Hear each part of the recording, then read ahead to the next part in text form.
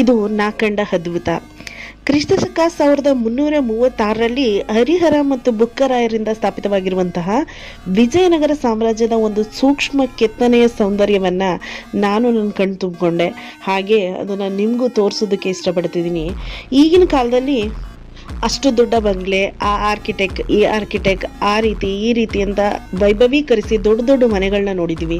ಆದರೆ ಇಷ್ಟು ಸೂಕ್ಷ್ಮವಾದ ಕೆತ್ತನೆಯನ್ನ ಆಗಿನ ಕಾಲದಲ್ಲಿ ಯಾವುದೇ ಮಷೀನ್ಗಳು ಇಲ್ಲದೇನೆ ಎಷ್ಟು ಪ್ರಾಪರ್ ಆಗಿ ಅವರು ಕೆತ್ತನೆ ಮಾಡೋರೆ ಅಂತ ನೋಡಬೇಕು ಅಂದರೆ ನೀವು ಖಂಡಿತ ಹಂಪಿಗೆ ಹೋಗಬೇಕು. ಅಲ್ಲಿ ನಾನು ಅಬ್ಸರ್ವ್ ಮಾಡಿದ ರೀತಿಯಲ್ಲಿ ಒಂದು ಆಕೃತಿಗೂ ಇನ್ನೊಂದು ಆಕೃತಿಗೂ ಮೆಜರ್ಮೆಂಟ್ ಅನ್ನುವಂಥದ್ದು same as it is equally ಐತೆ. ಹಾಗೆ ಮಳೆ ಬಂದಾಗ ಮಳೆಯ ನೀರು ಕೂಡ ಯಾವ ರೀತಿ ಸಿಸ್ಟಮೆಟಿಕ್ ಆಗಿ ಹೋಗ್ಬೇಕು ಅನ್ನೋದನ್ನ ಅವರ ಕಲ್ಲಿನ ಕೆತ್ತನೆಯಲ್ಲಿ ನಾವು ನೋಡ್ಬೋದು.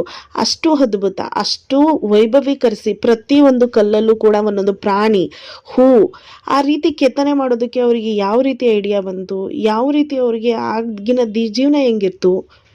ಈ ಅದ್ಭುತ ಸೌಂದರ್ಯನ ನಾನಂತೂ ಕಣ್ಣು ತುಂಬಿಕೊಂಡೆ. ನೀವಾದರೂ ಇಡೀ ಒಂದು ಜೀವಿತಾವಧಿಲಿ ಒಂದು ಸಾರಿ, ಎಕ್ಸ್ಪೆಷಲಿ ಸ್ಟೂಡೆಂಟ್ಸ್, ನಾವು ವಿಜಯನಗರ ಸಾಮ್ರಾಜ್ಯ ಓದ್ತಾ ಇದ್ರೆ ಅಷ್ಟು ತಲೆಗೆ ಹೋಗಲ್ಲ, ಹೋಗಿ ಹಂಪಿಯನ್ನ ನೋಡಿ.